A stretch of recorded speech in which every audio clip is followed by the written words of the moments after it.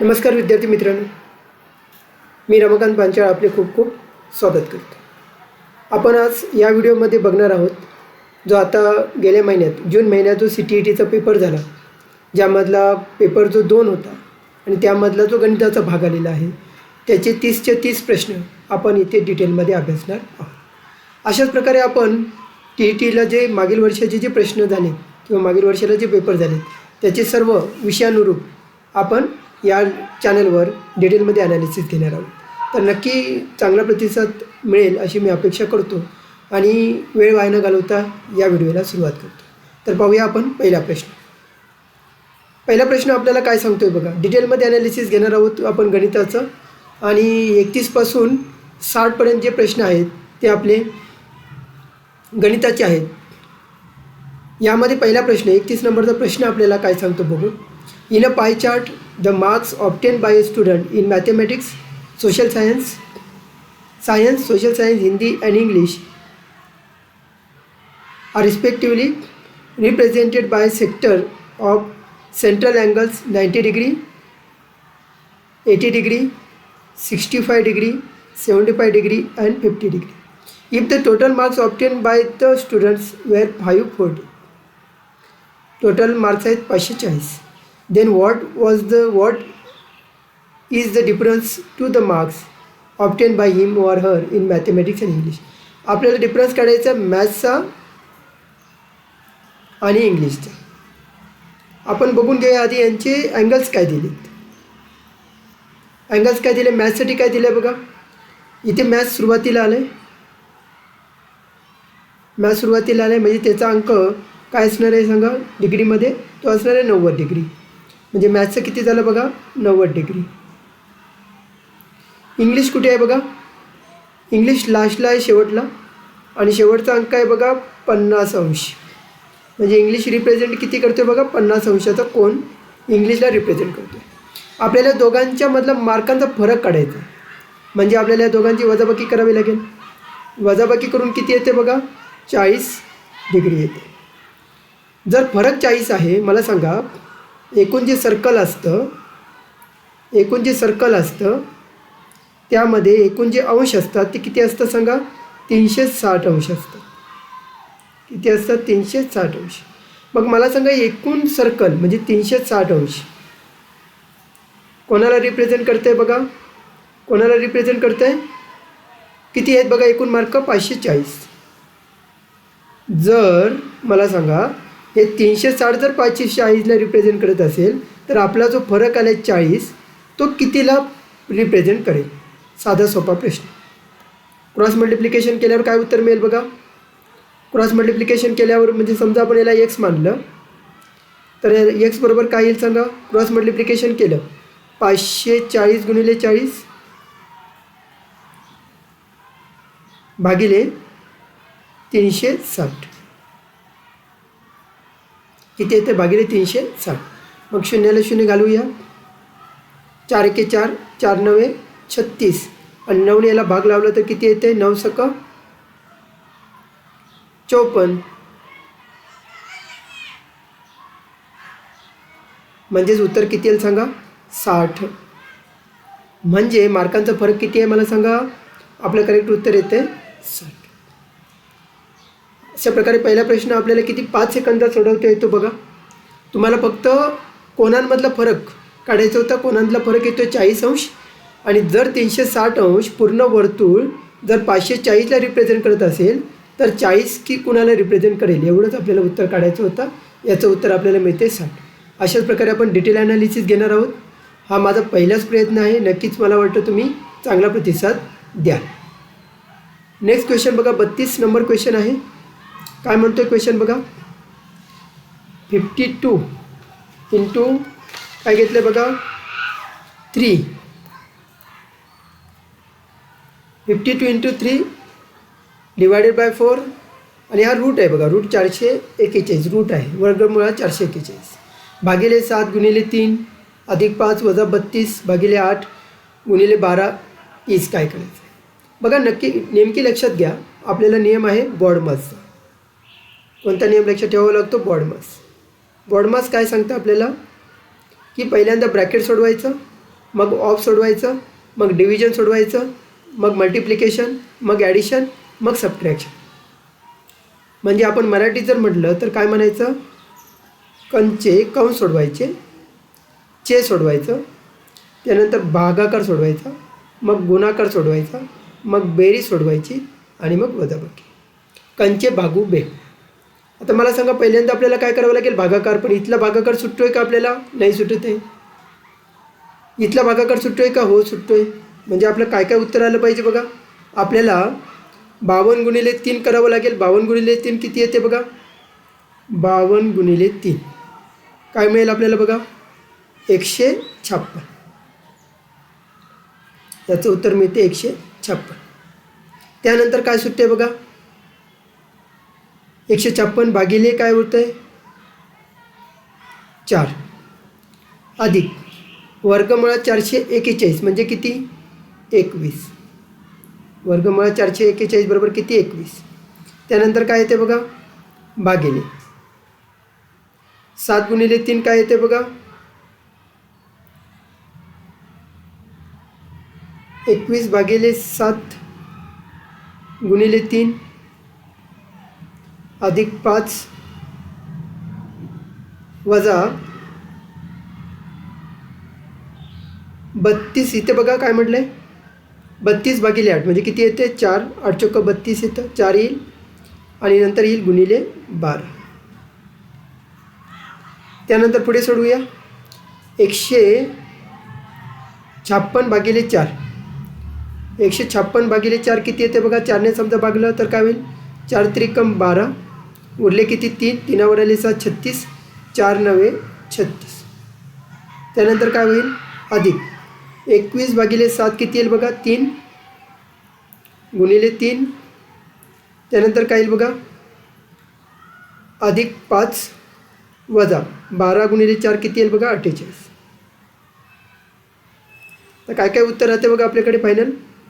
अजून हा 3 गुणिले 3 आपल्याला करावं लागेल, 39 अधिक 9 आणि काय होईल बघा, 48मधून 5 गेले, 48मधून 5 गेले तर काय होईल, मोठ्या संख्येचं चिन्ह लागेल, काय येईल 43.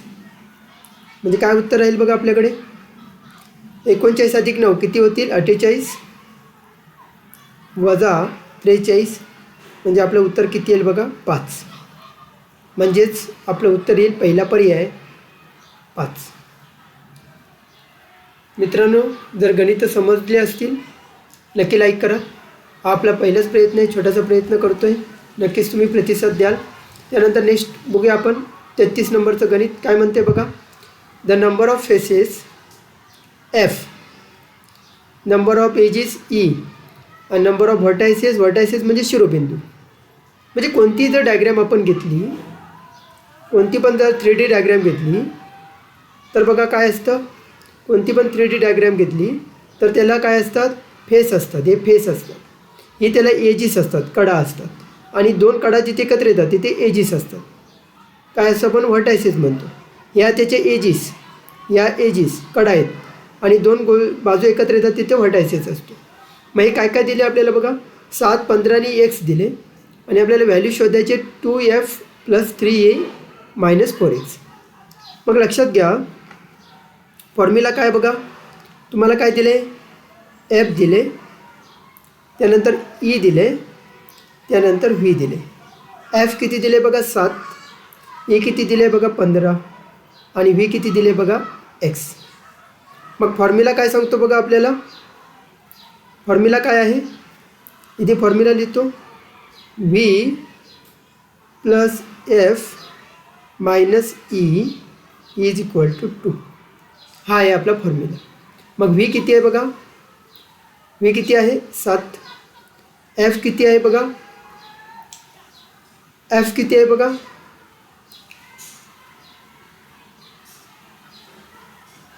v आपल्याला काय दिले बघा, v दिले x, v आपल्याला दिले x, v दिले x, f किती दिले बघा 7 वजा e किती दिले बघा 15 बरोबर किती 2. म्हणजेच x बरोबर काय आलं, हे 15तून 7 गेले म्हणजे किती 8 आणि इथे काय होणार आहे -8. इथं काय होणार आहे वजा 8, 15तून 7 गेले म्हणजे 2 हे वजा 8 पलीकडे गेल्यावर काय होतील अधिक 8 होतील म्हणजे उत्तर काय मिळेल 10. एक्सचं उत्तर काय मिळेल 10. आपल्याला काय व्हॅल्यू विचारले बघा, व्हॅल्यू काय काढायला सांगितले बघा 2f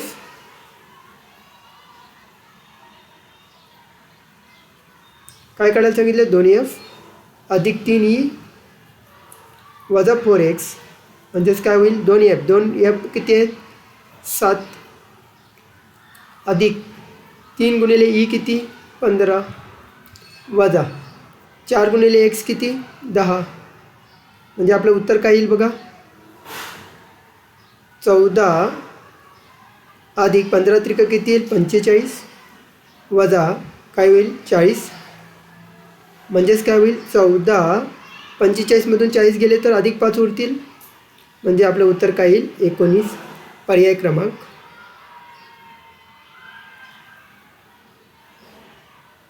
पर्याय क्रमांक 1. पुढचा क्वेश्चन बघूया 34 नंबर क्वेश्चन काय म्हटलं बघा at upper primary stage as per NCERT which of the following topics have not been included. नॉटकडे लक्ष द्या. अंडर नंबर सिस्टीम, नंबर सिस्टीममध्ये कोणत्या ह्याच्यामधलं ॲडिशन केलेलं नाही बघा. फ्रॅक्शन आहे, फ्रॅक्शन ॲड झालेलं आहे, एक्सपोनेंट अँड पॉवर पण आलेलं आहे, square root and cube roots हे तर असणारच आहे, वर्ग आणि वर्गमूळ आणि घनमूळ हे तर आहेच, आणि फ्रॅक्शन तर असतातच लहान मुलांसाठी, आणि एक्सपोनेंट अँड पॉवर असतात. पॉवर म्हणजे घातांक, घातांकसुद्धा असतं. नाही काय कॉम्प्लेक्स नंबर बघा, कॉम्प्लेक्स नंबर कधी येतं 11वीच्या पुढे येतं.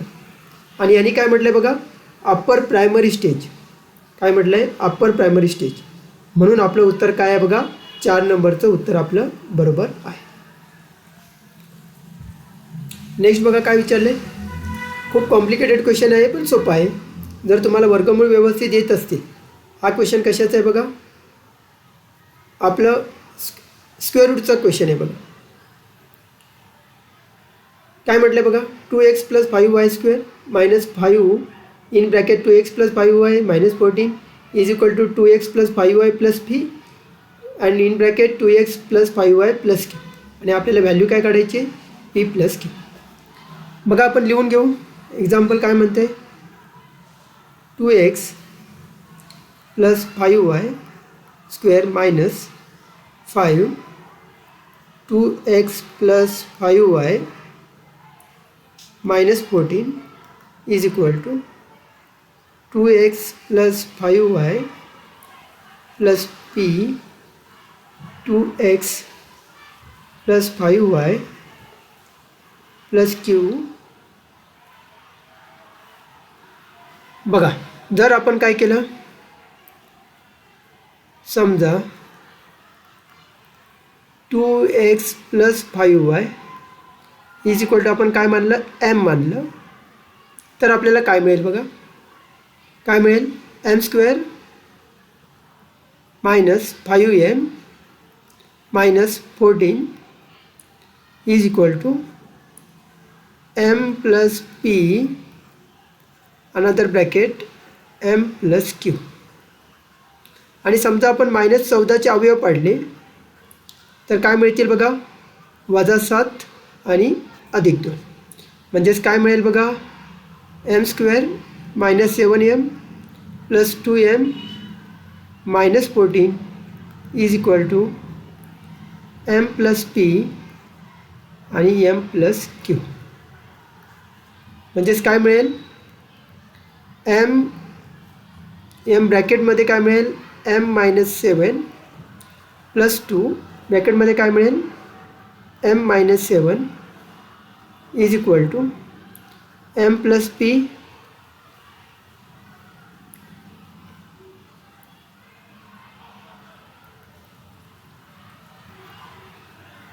m + q. म्हणजेच काय मिळेल इकडे सांगा एक ब्रॅकेट बनेल m - 7चा आणि दुसरा ब्रॅकेट बनेल m + 2चा इज इक्वल टू काय मिळेल m + p आणि काय मिळेल m + q. आता जर निरीक्षण केलं तर हा ब्रॅकेट आणि हा ब्रॅकेट हा ब्रॅकेट हा ब्रॅकेट जर आपण दोघांना इक्वेट केलं दोघांना समान जर केलं तर काय मिळेल? पी इज इक्वल टू काय मिळेल सांगा? पी इज इक्वल टू -7 आणि पी इज इक्वल टू मिळेल क्यू इज इक्वल टू मिळेल 2. जर दोन्ही बाजू आपण समान केल्या तर म्हणजेच काय मिळेल? P plus Q is equal to काय मिळेल सांगा? -7 प्लस 2 म्हणजेच उत्तर काय मिळेल? -5. कोणता पर्याय आहे बघा आपला बरोबर? पर्याय क्रमांक 3 हे आपलं करेक्ट आन्सर मिळेल. नेक्स्ट क्वेश्चन बघा काय म्हटलं आहे? According to national curricular framework 2005 which of following process is least important in mathematics? Least important म्हटलं मॅथमॅटिक्स. लिस्ट इम्पॉर्टंट कोणती आहे म्हणजे कमीत कमी महत्त्वाची कोणती आहे? कमीत कमी महत्त्वाची. तर काय म्हटलं बघा पहिला क्वेश्चन? पहिलं काय पर्याय दिलं बघा? Understanding when and how a mathematical technique is to be used. बरोबर आहे, हे तर पाहिजेच, ही इम्पॉर्टंट आहे. तुम्ही मॅथमॅटिकल टेक्निक कधी यूज करणार हे तर माहीतच पाहिजे. फाइंडिंग शॉर्टकट्स इन मॅथमॅटिक्स हे इम्पॉर्टंट आहे का मला सांगा? शॉर्टकट फाइंड करायला शिकवायचं का आपल्याला? नाही, म्हणजे हेच आपलं काय आहे? उत्तर आहे. शॉर्टकट शिकवायचे नाही आहेत. जनरलायझिंग मॅथमॅटिक फॉर्म्युला बरोबर आहे, सामान्यीकरण करायचं आहे. Solving day to day problem गणित कशासाठी शिकवतो आपण? तर दैनंदिन जीवनातले प्रश्न सोडवण्यासाठी आपण गणित शिकवतो, म्हणजे हा सुद्धा पर्याय इम्पॉर्टंट आहे. मग कमी इम्पॉर्टंट कोणता आहे? हा पर्याय कमी इम्पॉर्टंट. काय म्हटलं आहे? लिस्ट इम्पॉर्टंट म्हटलं आहे. जर तुम्ही वाचताना चुकला तर तुम्ही हेच या 3पैकी एक उत्तर मारणार. जर तुम्हाला असं वाटलं की इम्पॉर्टंट कोणतं आहे असं जर वाचताना झालं तर तुम्ही या 3पैकी एक माराल, जे उत्तर चुकीचं होईल. 37वा क्वेश्चन बघा. Which of the following statement हे नॉटकडे लक्ष द्यायचं आहे.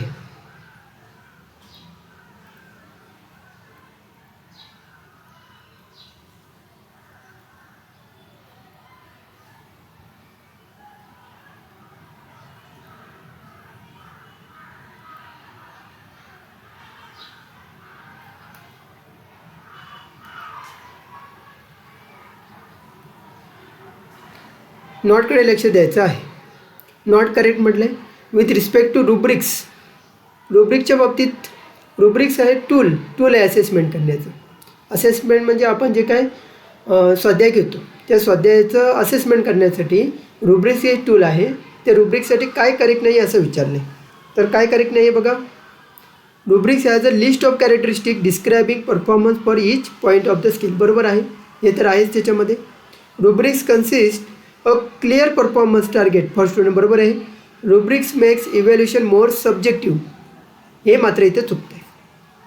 रुब्रिक्स काय नाही करत? सब्जेक्टिव्ह करत नाही, तर काय करतं? ऑब्जेक्टिव्ह बनवतं. लक्षात घ्या, काय बनवतं? ऑब्जेक्टिव्ह. आणि म्हणून हा पर्याय काय झाला आहे? चुकला आहे. आणि तुम्हाला काय विचारलं आहे? नॉट करेक्ट विचारलं आहे. नॉट करेक्ट म्हणजे आपलं उत्तर काय असलं पाहिजे? हे असलं पाहिजे. आणि रुब्रिक्स ॲज फिक्स सेल. बरोबर आहे, रुब्रिकचं काय फिक्स स्केल आहेत. बरोबर आहे, म्हणजे आपलं उत्तर कोणतं असणार आहे? 3 नंबरचा पर्याय. कारण ते म्हणते सब्जेक्टिव्ह, तर सब्जेक्टिव्ह नसून ते काय आहे? ऑब्जेक्टिव्ह आहे. नेक्स्ट बघा काय म्हटलं आहे? A teacher distribute different type of triangle shaped paper cutting to the learner and tells them to measure and tabulate the angles in order to find the sum of angles. He tells them to note the results in each case.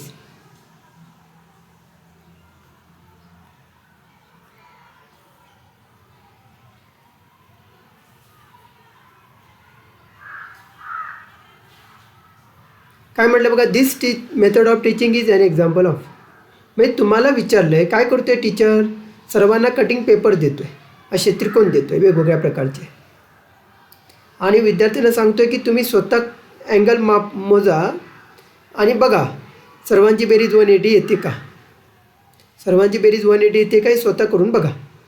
मग हे teacher centre approach होतो आहे का? Teacher centre म्हणजे टीचरच मुख्य आहे. इथं तर विद्यार्थी कृती करतायत, म्हणजे हा पर्याय तर चुकीचा आहे. हा पर्याय आपलं उत्तर नाही आहे.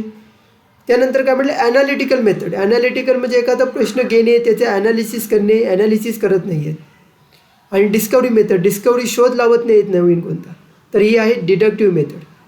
काय करायचं? स्वतः. डिडक्टिव्ह मेथड म्हणजे काय? सामान्याकडून सिद्धांताकडे जातो आपण. म्हणजे आपण काय करतो, उदाहरण घेऊन एक्झाम्पल घेतो, उदाहरण घेऊन आपण नियमाकडे जातो. विद्यार्थी काय करतात, इथे उदाहरणं बघतायत, असे ट्रायंगल घेऊन मोजून बघतायत 180 अंश होतं आहे का, आणि त्यानंतर नियम बनवतील. काय नियम बनवतील, त्रिकोणाच्या तिन्ही कोणांच्या मापाची बेरीज 180 अंश असते, म्हणजे जनरल करतील. म्हणजेच ही मेथड कोणती आहे, डिडक्टिव्ह मेथड. पुढचा प्रश्न बघा, 39 नंबर क्वेश्चन आहे. Which of the following statement is list appropriate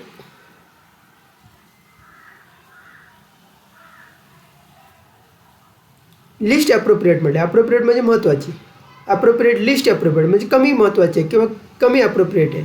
regarding the proofs in मॅथमॅटिक्सचे जे प्रूफ आहेत त्या प्रूफच्या बाबतीत ही काय लिस्ट ॲप्रोप्रिएट आहे, म्हणजे न जुळणारी आहे असं म्हणते. It helps to reveal the connections and provide insights into the underlying structure of mathematics. बरोबर आहे, हीच तर मेथड आहे. इंग्लिशचे मॅथमॅटिक्सचे प्रूफ आहेत, हेच तर आहेत जे कनेक्शन शोधत आहेत आणि इन्साइट म्हणजे आतमध्ये अंतरंग शोधण्याचा प्रयत्न करत आहेत. अंडरलाईन स्ट्रक्चर म्हणजे अगदी झाकलेलं काय असलं स्ट्रक्चर, अंडरलाईन स्ट्रक्चर जरी असलं तरी त्याच्यामध्ये ते कनेक्शन शोधण्याचा प्रयत्न करत आहेत. It can help the students to validate their own reasoning. बरोबर आहे, व्हॅलिडेट करण्यासाठी मदत करतात. आणि काय म्हटलं आहे, proofs are built on intuitive knowledge and not reasoning. इथं हे इंट्युटिव्ह काय आहे, चुकीचं आहे.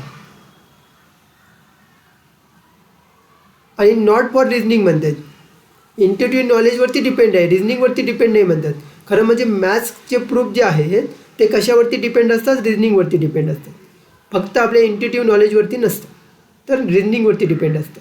त्यामुळे आपलं उत्तर बरोबर असणार आहे हे. It explains why particular mathematic result must be true. बरोबर आहे, सांगतायत की एखादा रिझल्ट ट्रू काय असलं पाहिजे, हेच तर आपल्याला प्रूफमधून कळतं. म्हणजे आपलं उत्तर बरोबर कोणतं आहे, 3 नंबर पर्याय. कारण त्यांनी विचारलं होतं लिस्ट ॲप्रोप्रिएट, या शब्दाकडे लक्ष द्या. लिस्ट ॲप्रोप्रिएट विचारलं होतं म्हणून आपला 3रा पर्याय बरोबर आहे. नेक्स्ट बघूया.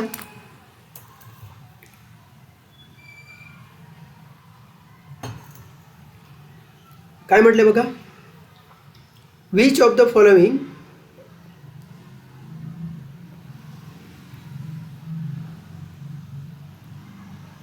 Which of the following is not an indicator of creativity in mathematics. Creativity म्हणजे नवीन काहीतरी निर्माण करणं, क्रिएट करणं.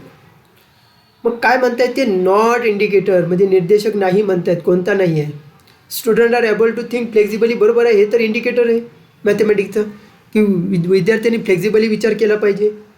Student use multiple and alternate problem solving strategy. बरोबर आहे, मल्टिपल वापरणार आहेत आणि अल्टरनेट वेगवेगळे वापरणार आहेत. Student can pose questions. बरोबर आहे, हे सुद्धा स्टुडंट प्रश्न विचारतील. आणि स्टुडंट यूज काय म्हटलं, कॉन्व्हर्जंट थिंकिंग. लक्षात घ्या, कॉन्व्हर्जंट थिंकिंग म्हणजे कॉन्व्हर्ज करणं म्हणजे एका ठिकाणी येणं. आता एकच थिंकिंग वापरतील का, डायव्हर्जंट थिंकिंग वापरली पाहिजे. कोणती वापरली पाहिजे, डायव्हर्जंट थिंकिंग वापरली पाहिजे. वेगवेगळ्या दिशेची थिंकिंग वापरली पाहिजे, ना की एका ठिकाणी. बघा, कॉन्व्हर्ज म्हणजे एका ठिकाणी येणं आणि डायव्हर्ज म्हणजे वेगवेगळ्या ठिकाणी जाणं. मला सांगा कोणती टेक्निक वापरली पाहिजे, कॉन्व्हर्जंट वापरली पाहिजे, एकाच बिंदूची वापरली पाहिजे का डायव्हर्जंट वापरली पाहिजे. तुम्ही म्हणाल फोकस एका गोष्टीवर असलं पाहिजे, हे ठीक आहे. पण इंग्लिश जेव्हा मॅथमॅटिक्स सोडवत आहे तेव्हा थिंकिंग कशी असली पाहिजे, अशी वेगवेगळ्या मार्गाने असली पाहिजे. डायव्हर्ज थिंकिंग असली पाहिजे. म्हणजे आपलं काय पाहिजे, नॉट विचारलं आहे म्हणजे आपलं बरोबर उत्तर कोणतं असणार आहे, 4 नंबरचा पर्याय. नेक्स्ट बघा काय म्हटलं आहे, a trader buys 12 fans.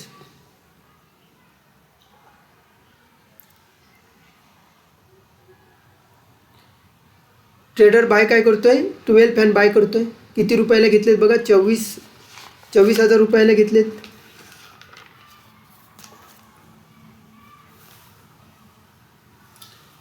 He marks each fan at 25 degree above the cost price. म्हणजे काय करतोय तो, 24,000 रुपयाला 12 फॅन घेतलेत, कॉस्ट प्राईसच्या पेक्षा 25% जास्त लावतोय आणि परत काय करतो, 10% डिस्काउंट देतोय ऑन द मार्क प्राईस.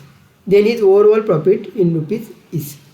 म्हणजे तुम्हाला काय विचारलं आहे की 12 फॅन 24,000 रुपयाला घेतलेत आणि त्याने प्रत्येक फॅनची जी काही कॉस्ट प्राईस होती, CP होती, त्या सी पीवरती किती टाकतो आहे 24% वाढवतो आहे आणि वाढवून झाल्यावर काय करतो आहे 10% डिस्काउंट देतो म्हणजे कमी करतो आहे प्राईस वाढवून झाल्यावरती. म्हणजेच मला सांगा एक फॅनची किंमत किती असेल. एक फॅनची किंमत काढूया आपण पहिल्यांदा. एका फॅनची किंमत काढूया किती असणार बघा. 24,000 रुपयाला 12 घेतलेत. 24,000 रुपयाला 12 घेतलेत म्हणजे एका फॅनची किंमत किती आली 2,000 रुपये आली. 2,000 रुपये आली. आता काय करतोय तो प्रत्येकावर 25% वाढवतो. म्हणजे समजा मी 2,000 रुपयाचा एक फॅन आहे माझा कॉस्ट प्राईस किती आहे 2,000 रुपये. त्याच्यावर काय करायचं आहे 25% वाढवायची म्हणजे किंमत काय करायची 100 असेल तर काय करणार 125 करणार. बरोबर का सांगा. 25% आपण वाढवतो आहे 25% वाढवतो आहे म्हणजे 100 रुपयाची गोष्ट आपण काय करणार 125ला विकणार. हे झाल्यानंतर या प्राईजवरती काय करतो आहे तो पुन्हा 10% डिस्काउंट देतो आहे म्हणजे काय करतो 100ची गोष्ट 90 रुपयाला विकतो. क्लिअर का सांगा. साध्या सोप्या मेथड्स आहेत बघा. जास्त काय विचार करायची गरज नाही. साध्या सोप्या मेथड आहेत बघा. हे 125 का तर 25% जास्त लावलेत म्हणून आणि ते 90 का तर 10% डिस्काउंट देतो आहे म्हणून. चला 0ला 0 घालवूया.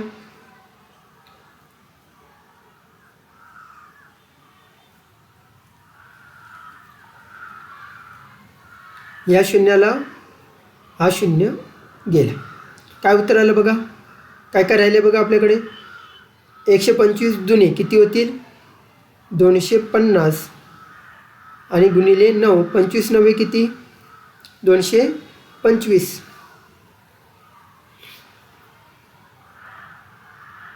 आणि 1 0 म्हणजे किती उत्तर येते बघा 2250. म्हणजे प्रत्येक फॅनवर एका फॅनवर किती रुपये कमवतो आहे 250 रुपये कमवतो. कारण तिची किंमत किती आहे 2,000 रुपये. 2,000 रुपयावर किती भेटले 2250 भेटले म्हणून 250. एकूण फॅन किती आहेत 12 म्हणजे किती उत्तर आलं पाहिजे बघा 250 गुणिले 12 किती येणार आहे उत्तर 3,000 रुपये. काय झालं आहे त्याचं काय विचारलं प्रॉफिट. तुम्हाला विचारलं प्रॉफिट किती आहे तर प्रॉफिट किती मिळालं 3,000 रुपये. किती रुपयात विचारले बघा पर्सेंटेजमध्ये नाही विचारले इन रुपीज विचारले. एवढं सगळं केल्यानंतर बघा एकदा पुन्हा सांगतो तर 24,000 रुपयाचे 12 फॅन घेतले होते म्हणून एका फॅनची किंमत 2,000 रुपये झाली. काय करतो आहे तो 25% वाढवून लिहितो कॉस्ट प्राईजवर. म्हणजे आपली कॉस्ट प्राईस किती आहे 2,000 रुपये त्याच्यावर 25% वाढवतो आहे म्हणून 125 100ला पुन्हा 10% डिस्काउंट देतो आहे म्हणजे 100ला 90 रुपये घेतो आहे आणि त्यामुळे आपलं उत्तर आलं 2250. म्हणजे एका फॅनवर तो 250 रुपये कमवतो. 12 फॅन घेणार आहे 12 फॅनचे 250 गुणिले 12 तर आपले उत्तर किती येईल 3,000 रुपये. ओव्हरऑल किती प्रॉफिट आलं 3,000 रुपये. काय म्हटलं बघा M is a point one side A B of a triangle A B C such that A M is equal to B M is equal to C M if angles A and B are respectively X and 70 degree then the value of 3x + 25 degree is equal to. म्हणजे काय विचारलं बघा आपल्याला एक triangle दिलं आहे. आपण triangle काढूया. एक आपल्याला एक ट्रँगल दिलं आहे ए बी सी आणि आपल्याला असं सांगता येत की एम हा पॉईंट बी वरती आहे. एम हा पॉईंट बी वरती आहे. कसा आहे बघा पॉईंट कसा आहे A M is equal to B M is equal to C M. A M is equal to B M is equal to C M. हे सगळ्या तिन्ही बाजू काय आहेत सारखे आहेत. या तिन्ही बाजू सारखे आहेत. तिन्ही बाजू समान आहेत. मग काय म्हणतात बघा इफ अँगल ए किती 70 डिग्री. काय म्हटलं आहे एक्स आणि हा किती आहे बघा 70 डिग्री. तर आपल्याला काय विचारलं आहे then the value of 3x + 25. मला सांगा जेव्हा बघा इकडे B M is equal to C M हे दोन्ही बाजू जर समान असतील या दोन्ही बाजू जर सारख्या असतील तर यांच्या समोरचे जे अँगल असतात ते सारखे असतात. म्हणजे समजा या साईडच्या समोरचा अँगल जर 70 डिग्री असेल तर इथला अँगल कितीचा असणार बघा. तुम्हाला माहिती आहे समद्विभुज त्रिकोण. समद्विभुज त्रिकोण जर असेल तर त्याचे पायाचे दोन्ही अँगल सारखे असतात. मग हा 70 असेल, हा 70 असेल तर इथला अँगल कितीचा होईल बघा. हा जो अँगल आहे इथला बघा, हा जर 70 असेल, हा 70 असेल तर हा कितीचा होणार आहे. हे दोघे 140 झाले तर हा कितीचा होईल, 40 अंशाचा होईल. हा इथला किती अंशाचा होईल, 40. आणि हा 40 असेल तर दोन्ही मिळून किती होतात, 180. दोन्ही हे दोघे मिळून 180 व्हायला पाहिजे. म्हणजे ह्याचं किती होणार आहे बघा, 140 होणार आहे. हा किती होणार, 140 अंश. मग हा 140 अंश असेल तर हा कितीचा होईल बघा.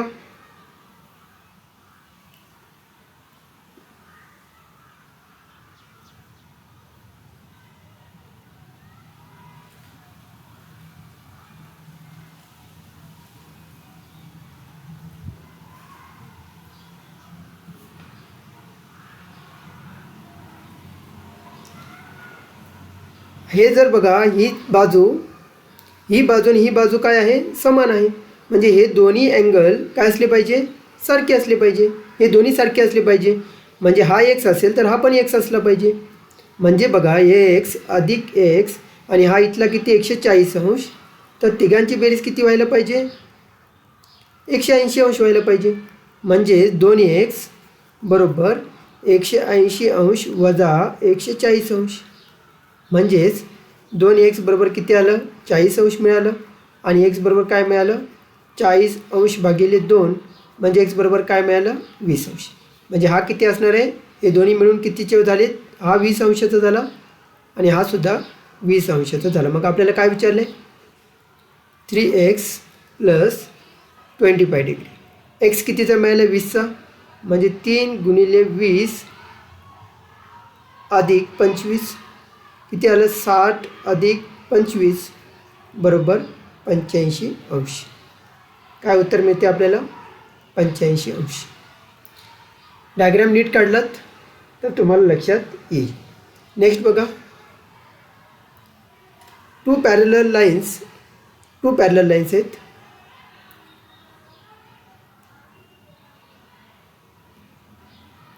टू पॅरलल लाईन्स दिलेत आपल्याला.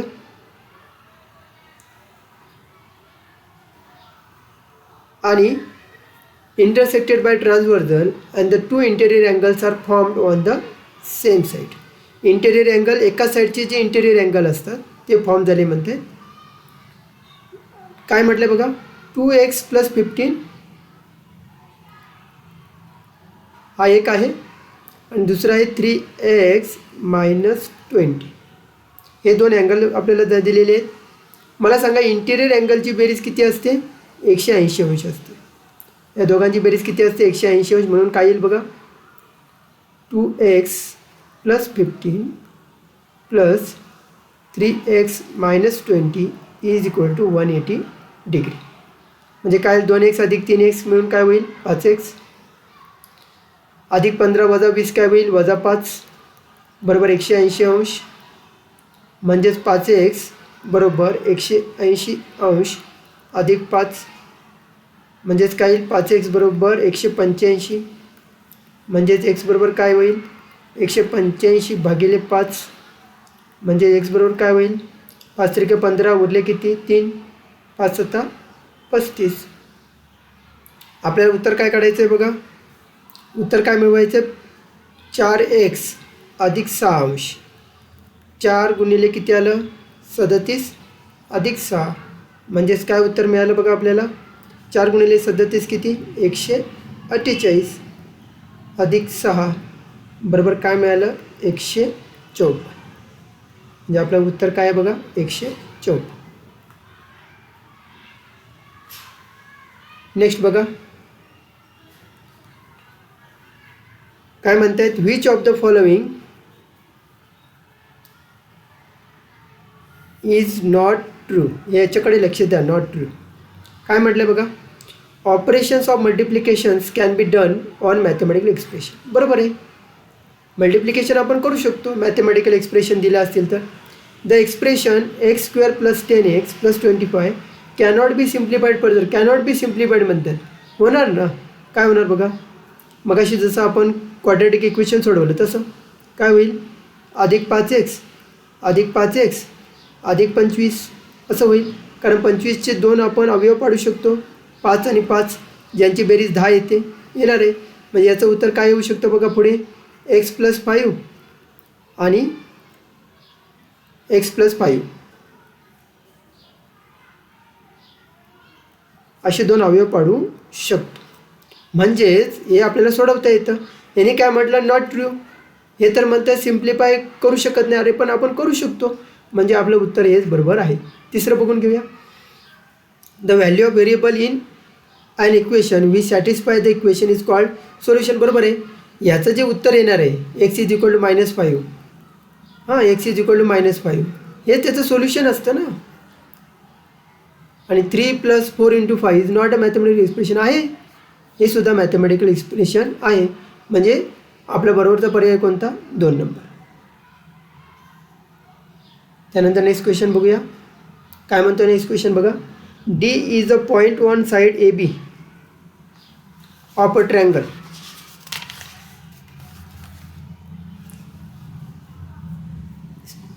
ABC such that CD is the bisector of angle ACB. If angle A is equal to 50 degree, angle B is equal to 70 degree, then angle ADC is equal to ADCचं माप काढायला सांगितलं. म्हणजे आपण एक triangle काढून घेऊया.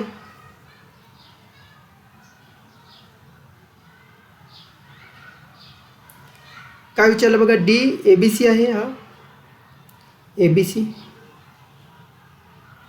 आणि डी हा पॉईंट इथे असेल, डी पॉईंट. आणि काय सांगितलं बघा,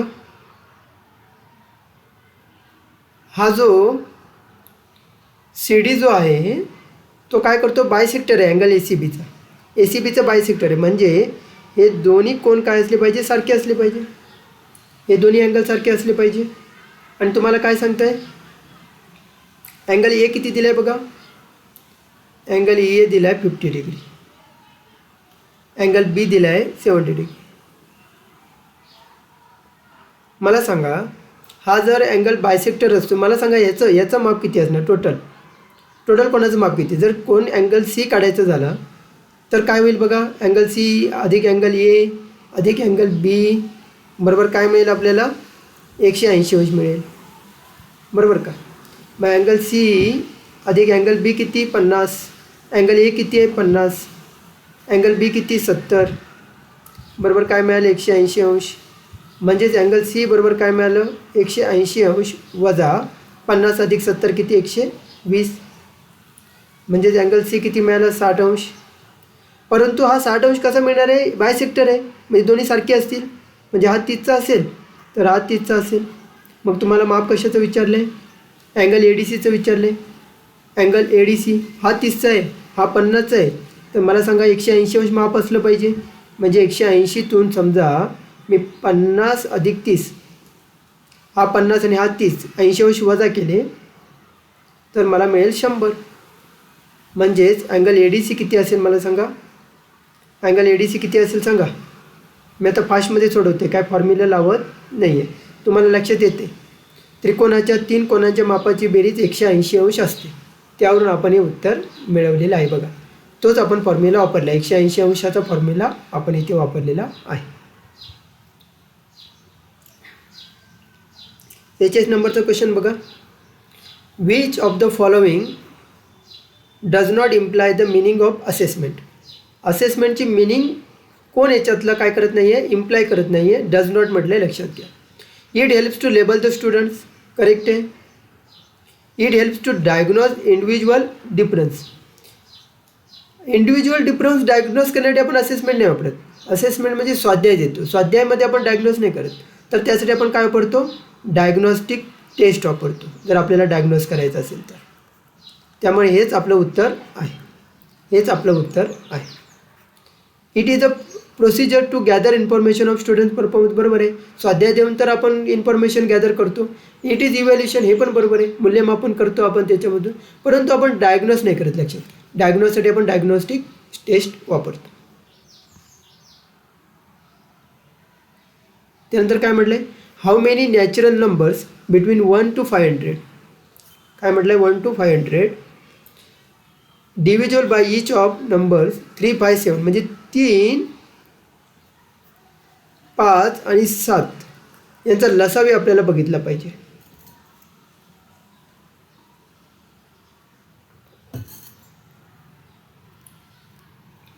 काय येतो बघा लसावी यांचा, 105 येतो.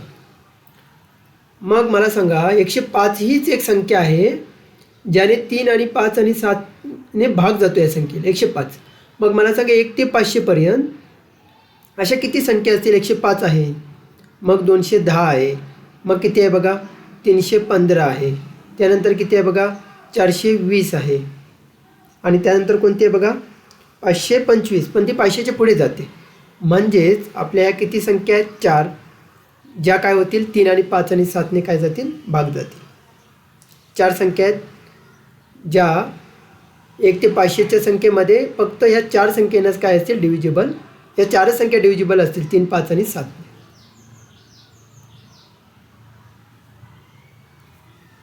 काय म्हटले बघा, mark obtain by some students of class are 36, 37, 31, 42, 23, 38, 17, 18, 35, 25, 29, 35. The difference between of the mean and the range of the data is. Mean आणि रेंज यामधला फरक काढायचा. मीन आणि रेंज यामधला फरक काढायचा आपल्याला. आधी काय काढूया, मीन काढूया. मीन काय मिळेल बघा, मीन बरोबर सगळ्यांची बेरीज करूया. किती संख्या आहेत, 36 अधिक 37 अधिक 31 अधिक 42 अधिक 23 अधिक 38 अधिक 17 अधिक 18 अधिक 35 अधिक 25 अधिक 29 अधिक 35 आणि भागिले काय येणार बघा, एकूण संख्या किती आहेत.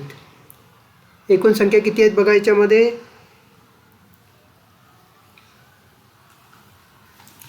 एकूण संख्या आहेत बघा 1, 2, 3, 4, 5, 6, 7, 8, 9, 10, 11 आणि 12.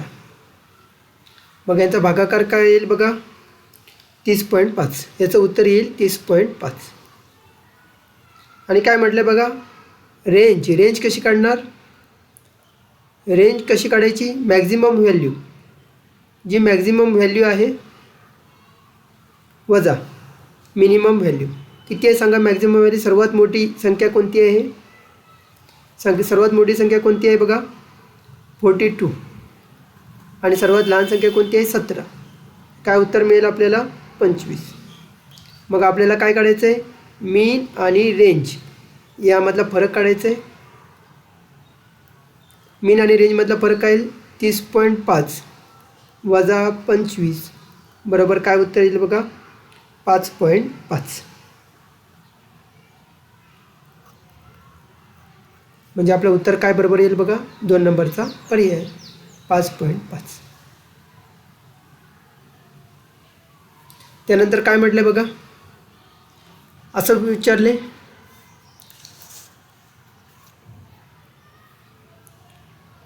ए वजा बी अधिक सीचा स्क्वेअर वजा ए वजा बी वजा सीचा स्क्वेअर भागिले बी वजा ए. मला सांगा ए स्क्वेअर मायनस बी स्क्वेअर याचं उत्तर काय येतं, काय येतं ए वजा बी आणि ए अधिक बी. काय येतं ए वजा बी ए अधिक बी. तर मला सांगा त्याच प्रकारे आपण इथं करूया. याला पण आपण समजा ए ठेवलं आणि याच्यासाठी समजा आपण बी ठेवलं तर काय होईल ए वजा बी ए अधिक बी. म्हणजे पहिल्यामध्ये आपण काय करूया बेरीज करूया. काय येईल ए वजा बी अधिक सी अधिक ए वजा बी वजा सी एका ब्रॅकेटमध्ये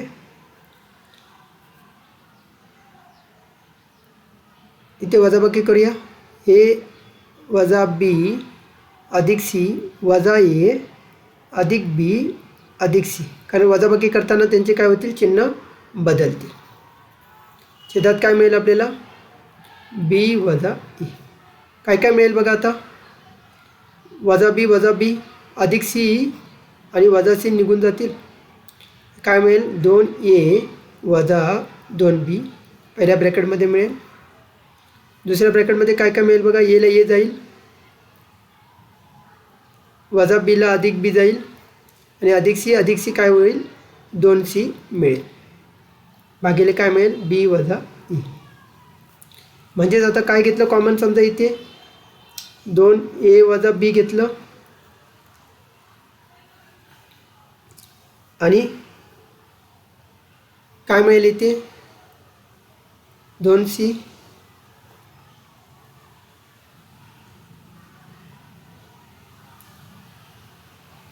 तर काय मिळेल बघा, बी वजा ए.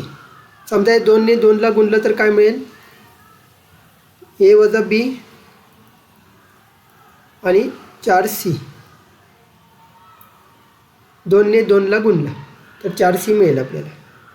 म्हणजेच आता ह्या बी वजा एला आपण काय करूया, उलटं करून घेऊया. म्हणजे काय मिळेल आपल्याला, वजा ए वजा बी. कारण आपण चिन्ह बदलून घेतो आहे म्हणून आपण ब्रॅकेटच्या बाहेर वजा दिले. मग हे काय होईल, ए वजा बी आणि ए वजा बी कॅन्सल आउट होईल आणि काय उत्तर मिळेल, वजा 4c उत्तर मिळेल, जे आपला पर्याय नंबर 2 आहे. नेक्स्ट क्वेश्चन बघा काय म्हणतोय, if X is the least number which must be added to 955 to make it perfect square then value of 3x + 2 is equal to. मला सांगा 955 जवळ असा कोणता पूर्ण वर्ग संख्या आहे, होल स्क्वेअर नंबर आहे बघा, कोणता मिळणार आहे आपल्याला होल स्क्वेअर नंबर, कोणती आहे होल स्क्वेअर नंबर.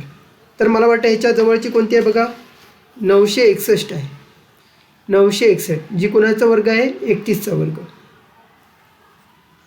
म्हणजेच 961मधून जर 955 वजा केले तर आपल्याला उत्तर मिळते 6.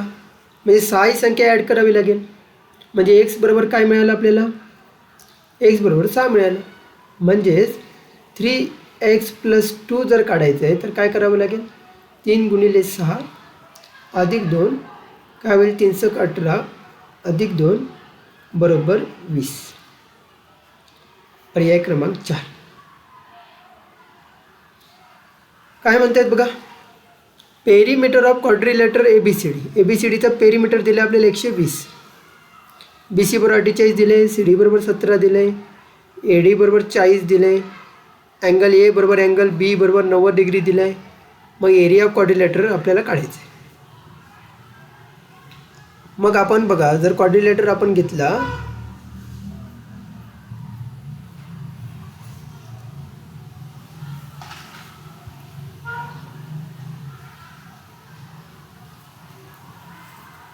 आपण पुन्हा एकदा काढूया.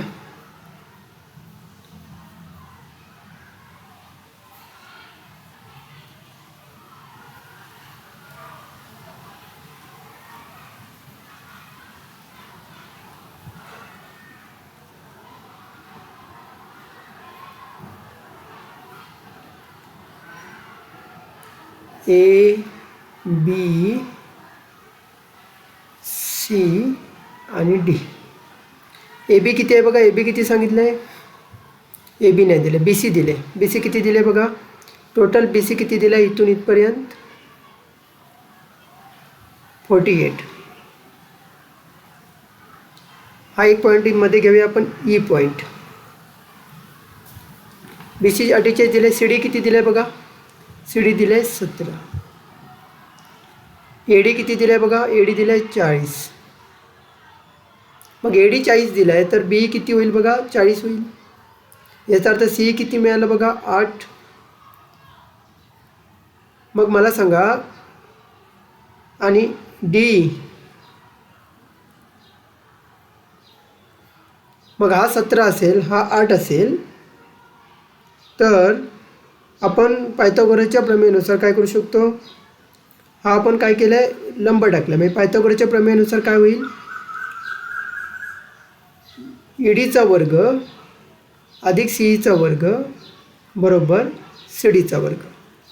म्हणजेच काय मिळेल आपल्याला, 8चा वर्ग बरोबर 17चा वर्ग ईडीचा वर्ग बरोबर, म्हणजे ईडीचा वर्ग बरोबर काय मिळेल आपल्याला, काय मिळेल सांगा? 17च्या वर्गातून 8चा वर्ग वजा केला तर आपल्याला उत्तर मिळेल त्याचं 225, म्हणजेच काय मिळेल 15. याचं उत्तर आपल्याला मिळेल 15. म्हणजेच जर आपण एरिया ऑफ क्वाड्रिलॅटरल काढला, कोणता क्वाड्रिलॅटर? हा ABED.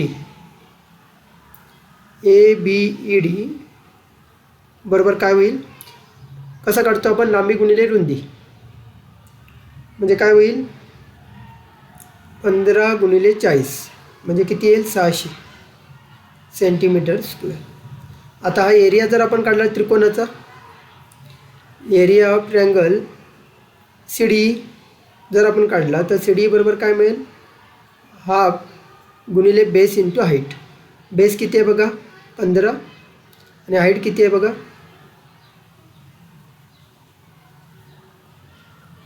हाईट किती आहे बघा 8, म्हणजे किती उत्तर येईल बघा, 60 सेंटीमीटर स्क्वेअर. मग आपल्याला टोटल एरिया जर काढायचा असेल ABCD, चौकोन ABCD, तर आपल्याला या चौकोनाचा एरिया, या चौकोनाचा एरिया आणि या त्रिकोणाचा एरिया, चौकोनाचा एरिया किती आले 600 अधिक किती आले 60 बरोबर 660 सेंटीमीटर स्क्वेअर. म्हणजे आपलं उत्तर काय येईल बघा, 660 सेंटीमीटर स्क्वेअर.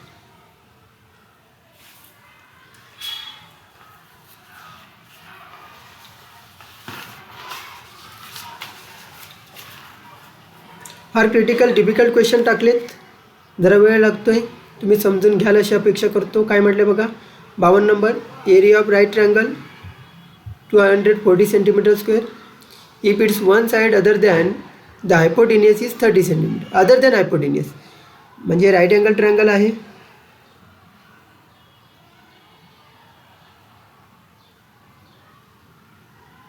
जरा समजून घ्या. ही उभीच रेष आहे अशी, जरा इथे रायटिंग पॅडवरती येत नाही ते नीट. तर काय म्हटलं आहे, अदर दॅन हायपोटेनियस म्हणजे एक बाजू 30 आहे आणि तिचा जो एरिया दिला आहे, समजा हा ABC ट्रँगल आहे. मग एरिया ऑफ ट्रँगल ABC जर काढला आपण,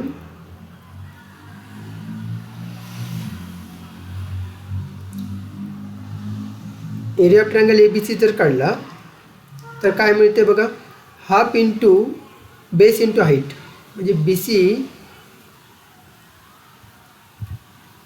गुणिले काय मिळेल आपल्याला AB, म्हणजे हाफ गुणिले एक बाजू तर दिले 30, AB काढायचे आणि एरिया पण दिला, एरिया किती 240, म्हणजेच AB बरोबर 240 भागिले काय ना बघा 30चा हाफ काय होणार 15, म्हणजे AB बरोबर काय मिळालं, काय मिळते सांगा 16. म्हणजेच आता आपल्याला पेरीमीटर काढायचं, म्हणजे ACचं पण माप काढायचं आहे. AC कसा मिळेल सांगा, पायथागोरसच्या प्रमेयानुसार ACचा वर्ग बरोबर ABचा वर्ग अधिक BCचा वर्ग.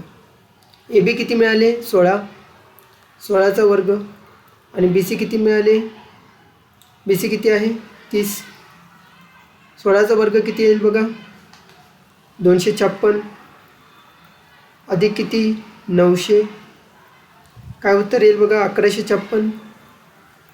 काय आलं ACचा वर्ग, म्हणजे AC बरोबर काय मिळेल 1156 कुणाचा वर्ग आहे बघा 34. मग तुम्हाला काय विचारलं आहे,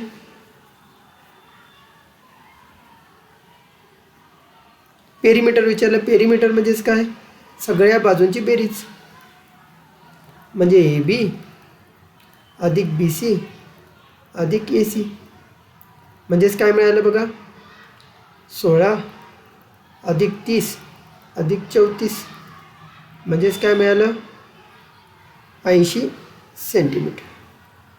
काय उत्तर आलं बघा, 80 सेंटीमीटर. नेक्स्ट बघा 53 नंबर क्वेश्चन बघा.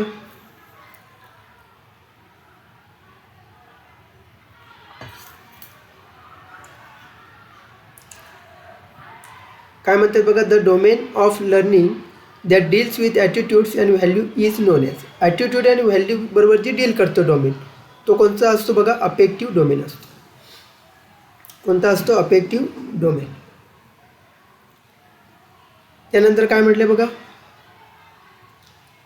तुम्हाला नीट लिहून दाखवतो. हे जरा लिहिताना कसं टायपिंग होताना होत नव्हतं, फ्रॅक्शन टाईप होत नव्हते, म्हणून असे लिहून दाखवतो. 6/7 आहे, 2 3/5 आहे, असा आहे तो.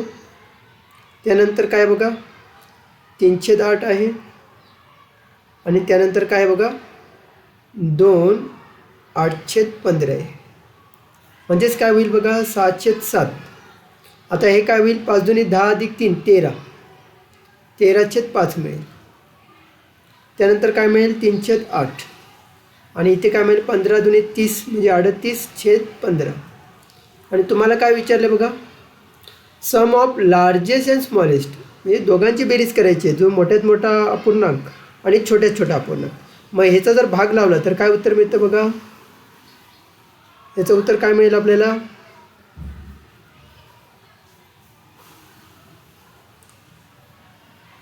0.857 मिळेल. याचं उत्तर काय मिळेल बघा, 2.60 मिळेल.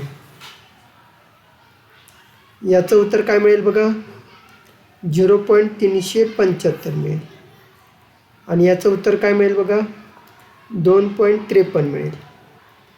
मग मला सांगा सर्वात मोठा कोणता आहे आणि सर्वात लहान कोणता आहे. तर सर्वात मोठा बघितला तर हा मिळेल, 2.60 सर्वात मोठा मिळेल,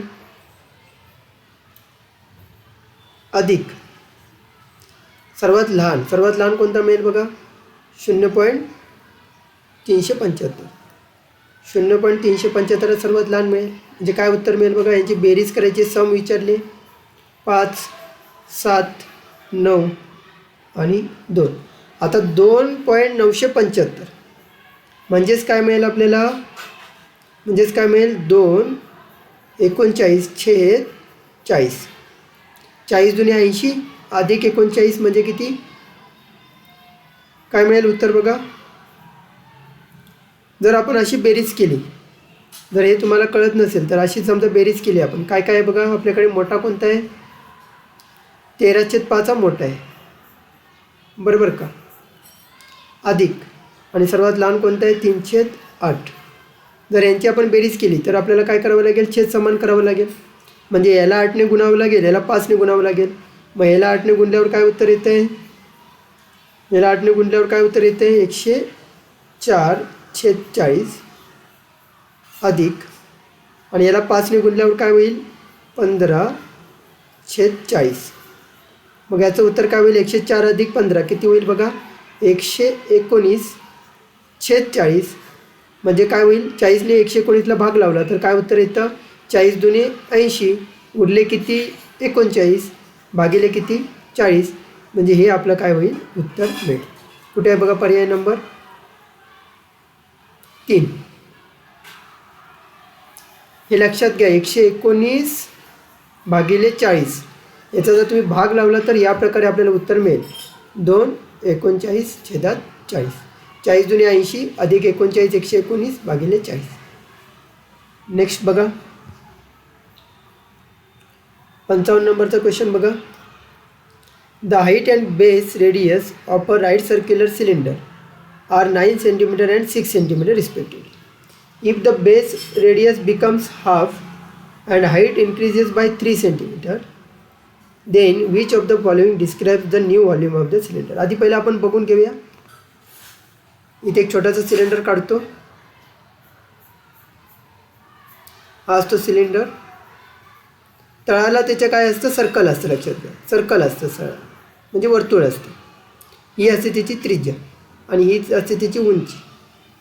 मग मला सांगा, जो आपण व्हॉल्यूम काढतो तो व्हॉल्यूम कसा असतो, कसा असतो बघा, तळाला सर्कल आहे म्हणजे पाय आर स्क्वेअर आणि H, pi r square H. म्हणजे आता सुरुवातीला काय होणार आहे बघा, सुरुवातीला काय होणार आहे, सुरुवातीचं व्हॉल्यूम जर काढलं तर पाय आर किती आहे बघा 6, आर किती आहे 6 आणि हाईट किती आहे बघा 9. हे झालं सुरुवातीचं.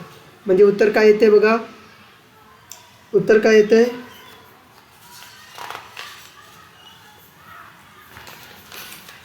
याचं काय होतं बघा 324 पाय. याचं उत्तर येतं 324 पाय. आता नवीन काय केलं आहे त्यांनी, रेडियस हाफ केली. म्हणजे रेडियस किती झाली नवीन 3 आणि हाईट काय केली 3ने वाढवली. हाईट काय केली 3ने वाढवली. म्हणजे हाईट बरोबर काय येईल 12. पहिली किती होती 9.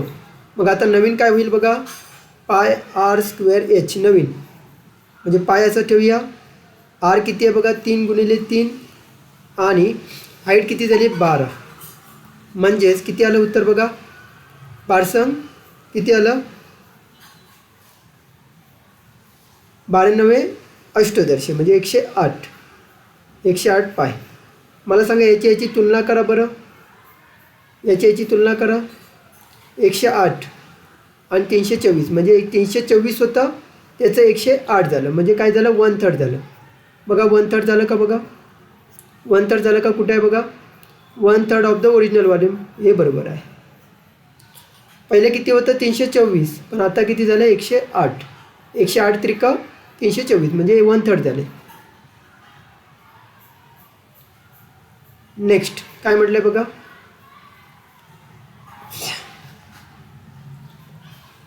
Arun is 3 years older than Varun. जर वरुणचं वय आपण x घेतलं,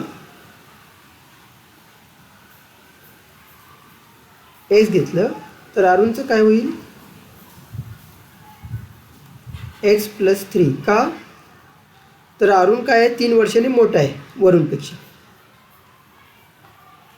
मग काय म्हटलं बघा 8 years ago, काय म्हटलं 8 years ago 5/6 of Arun's age exceeded 3/5 of Varun age by 6 years.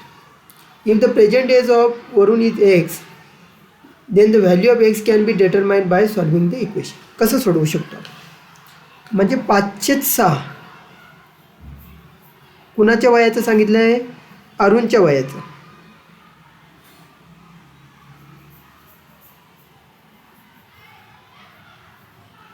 म्हणजे आपण काय करू शकतो बघा, या इक्वेशनमध्ये कोणत्या इक्वेशनमध्ये टाकू शकतो याला बरोबर.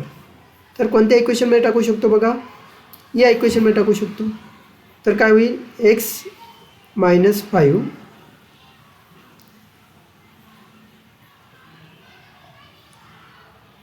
आणि ते काय एक्सिडेड आहे म्हणजे जास्त आहे कुणाच्या 3/5च्या, कुणाच्या वरुण एजच्या, वरुणच्या एजच्या. वरुणचं एज काय असणार बघा तेव्हा x - 8 बरोबर काय होईल 6. आता तुम्ही म्हणाल x - 5 का आलं, तर मला सांगा अरुणचं एज आता किती आहे x + 3 आहे आणि ते 8 वर्षापूर्वी तर किती असणार आहे x - 5 असणार आहे. 8 वर्षापूर्वीचं वय हे लक्षात घ्या, म्हणून इथे x - 5 आले. आणि वरुणचं एज किती असणार आहे, वरुणचं एज आत्ता x आहे तर 8 वर्षापूर्वी किती असेल x - 8 असेल. हे बघा x - 8 ते त्याचं किती 3/5 आणि याचं किती 5/6 आणि या दोघांमध्ये फरक किती आहे 7. म्हणजे या इक्वेशनमध्ये कोणत्या इक्वेशनमध्ये करेक्ट येते बघा 4. नाही समजलं असं तर नीट विचार करा एकदा. पुन्हा एकदा सांगतो, वरुणचं एज किती घेतलं x, अरुणचं वय किती घेतलं x + 3 आत्ताचं. मग 8 वर्षापूर्वी वरुणचं एज किती असेल x - 8, 8 वर्षापूर्वी 8 years ago. मग याचं वय काय असलं पाहिजे x + 3 - 8 म्हणजेच किती असलं पाहिजे x - 5. हे लक्षात आलं तर तुम्हाला हे कळेल. 4था पर्याय तुमचा करेक्ट येईल. त्यानंतर 57वं गणित बघा काय घेतलं इथे, एक व्हॅन हायेल्स याची थिअरी सांगितली आपल्याला आणि आपल्याला ॲसेंडिंग ऑर्डर म्हणजे चढत्या क्रमाने मांडायचं. कसं मांडायचं आहे चढत्या क्रमाने मांडायचं आहे. मग काय येईल बघा पहिल्यांदा, चढत्या क्रमाने मांडलं तर काय उत्तर आलं पाहिजे? पहिलं आलं पाहिजे डी, नंतर काय आलं पाहिजे बी, नंतर काय आलं पाहिजे ए, नंतर काय आलं पाहिजे सी. हा पर्याय बरोबर आहे. म्हणजे पहिलं काय आलं पाहिजे? आपण काय करतो? शेप्स, कोणते शेप्स पहिले आयडेंटिफाय करतो. पहिलं काय करतो? आयडेंटिफिकेशन करतो शेप्सचं, मग त्यांना क्लासिफिकेशन करतो कोणकोणते शेप्स आहेत. त्यानंतर आपण प्रॉपर्टीज बघतो जॉमेट्रिकल शेपच्या, आणि नंतर काय करतो? आपण रिलेशनशिप शोधतो. प्रॉपर्टीमध्ये रिलेशनशिपमध्ये शोधतो. अरे पहिले साधं सोपं आहे. पहिल्यांदा तर आपण ओळख करून घेणार, मग त्यांना क्लासिफिकेशन करणार, मग प्रॉपर्टीज बघणार आणि नंतर रिलेशनशिप शोधणार. त्यामुळे आपला पर्याय बरोबर आहे डी, बी, ए, सी. इथे काय म्हटलं बघा?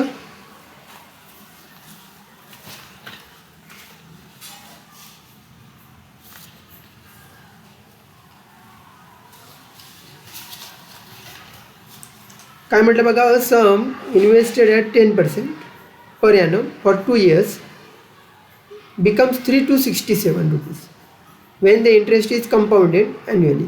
म्हणजे पहिल्यांदा चक्रवाढ व्याज आहे बघा. चक्रवाढ व्याज किती वर्षासाठी? 2 वर्ष. आणि रेट काय आहे बघा?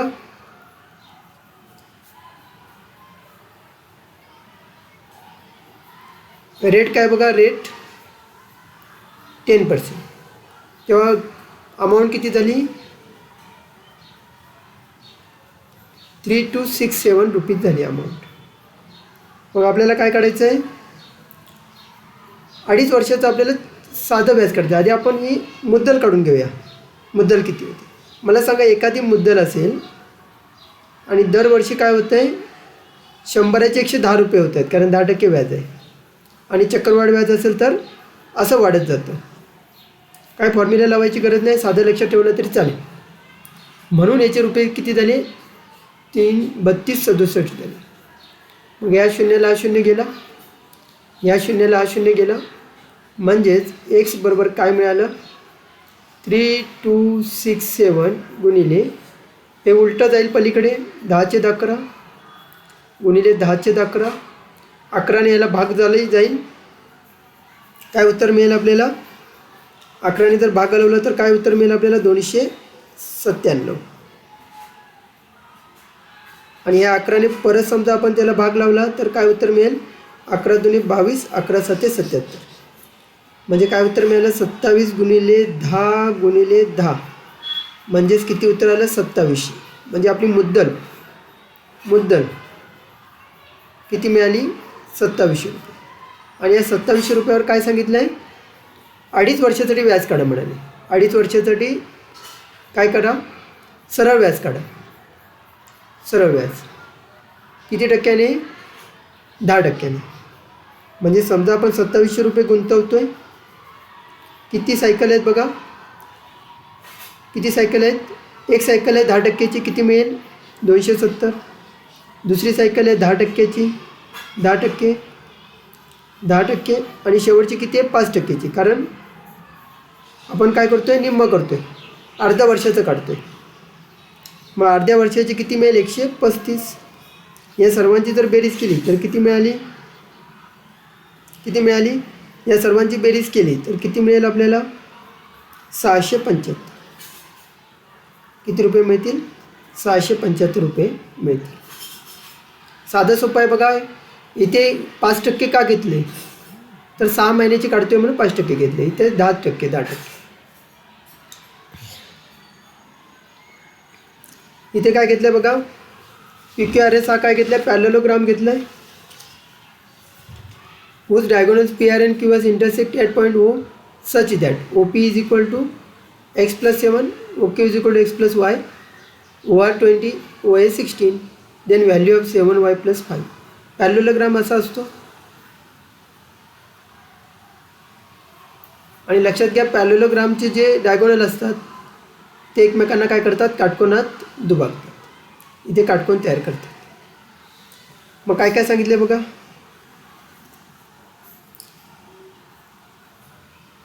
काय घेतलं? PQRS.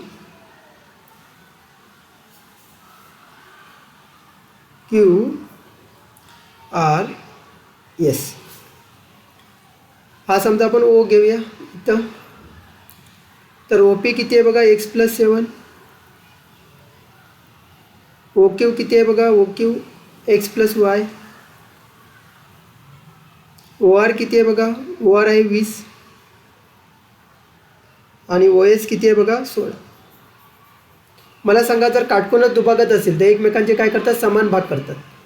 म्हणजेच x+7 इज इक्वल टू काय मिळेल आपल्याला x+7 इज इक्वल टू काय मिळेल 20. म्हणजेच x बरोबर काय मिळालं 20 - 7 म्हणून x बरोबर काय मिळालं 13. त्यानंतर x+y इज इक्वल टू काय मिळेल 16. एक्सची व्हॅल्यू आपण काढले 13 + y इज इक्वल टू 16. म्हणजे y बरोबर काय मिळेल 16 - 13. y बरोबर काय मिळेल 3. मग आपल्याला व्हॅल्यू कशाची काढायची 7y + 5 ची व्हॅल्यू काढायची. म्हणजे काय येईल 7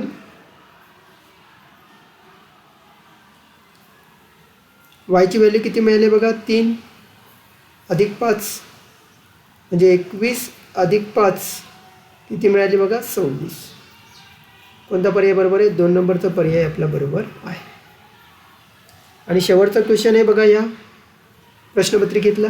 काय म्हटलं आहे the ratio of 2 number is 3:7. LCM किती गेला 630. सम ऑफ LCM आणि HCF विचारले. मग मला सांगा HCF बरोबर काय येतं तर येतं मल्टिप्लिकेशन ऑफ 2 नंबर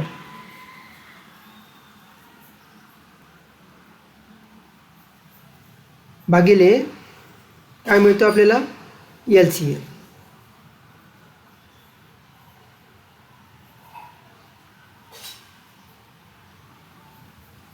मग काय मिळालं मल्टिप्लिकेशन ऑफ 2 नंबर काय आहे बघा नंबर 3x घेऊया कारण रेशिओमध्ये दिलेत.